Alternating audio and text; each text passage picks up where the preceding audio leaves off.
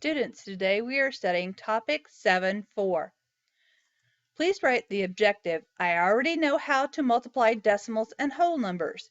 Today I will learn how to divide a decimal by a whole number. In your math spiral now.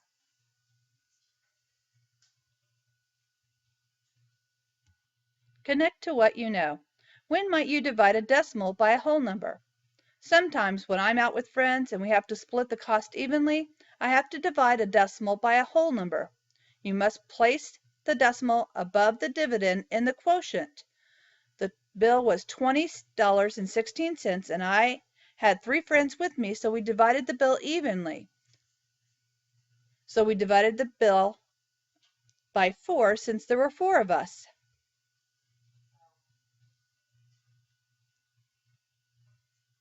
Remember to always put your decimal above. Let's try another one. Chris and 2 friends count $3.60 in loose change. How can they divide the money equally among themselves?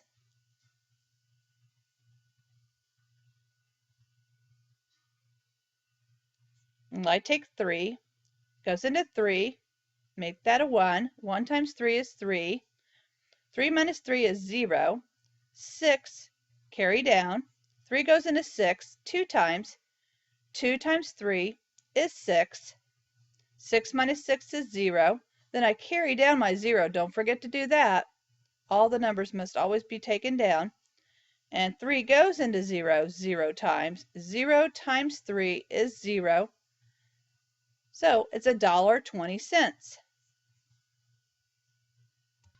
So they each get $1.20, Chris and his 2 friends. Before beginning this problem, get Teaching Tool 23 out. You can use a model to help you divide decimals by whole numbers. You'll be cutting on this, so get some scissors too. You can use a model to help you divide decimals by whole numbers. What do you need to do to solve the problem? Chris and 2 friends count $3.60 in loose change. How can they divide to solve the problem? Just like we did, $3.60 divided by 3. Which decimal model should be used to model 3 and 60 hundredths or $3.60? Would you use tenths, hundredths, or thousandths? Use the tenths models because you don't have any hundredths. So you have 3 and 6 tenths.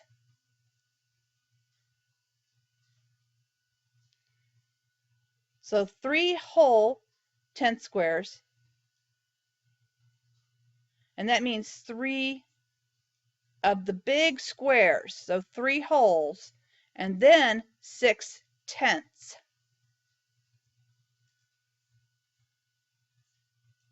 So altogether, you'll have 36 tenths because you're going to cut all those apart. So on your teaching tool, you'll have 3 whole ones of these that you're going to cut by strips. All the strips need to be cut out on all 3 of these, and then you'll cut 6 more. So you should have 36 altogether. I'll give you a few minutes to do this.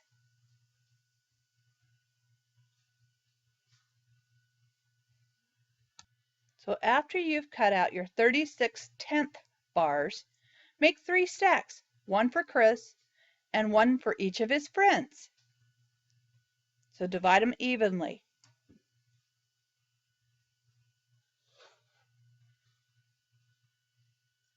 How many tenths are in each group?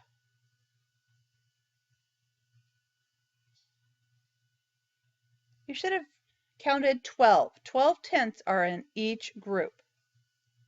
So each of them will receive $1.20.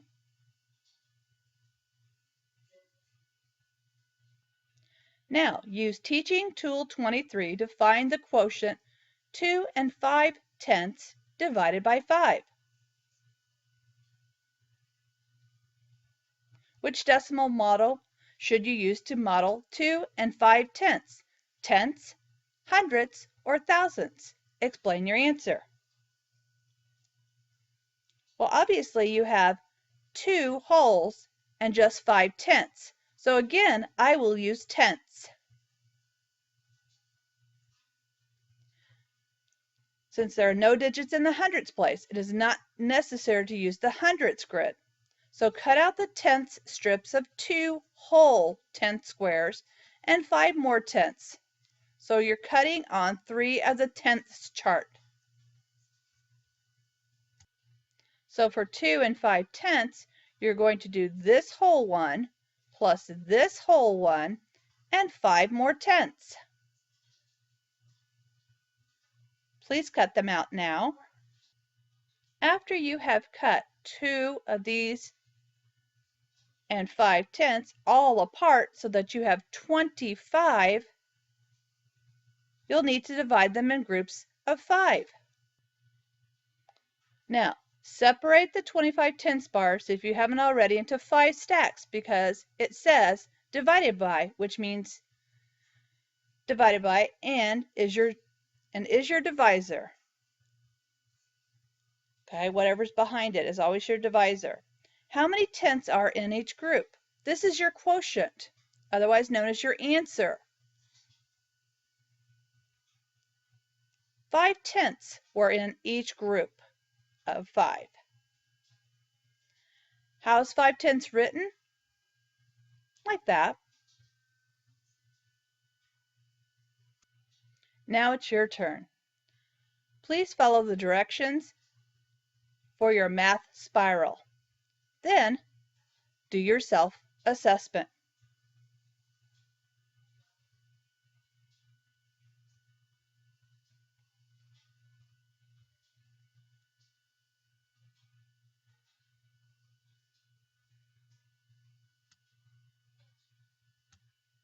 Here's your self-assessment.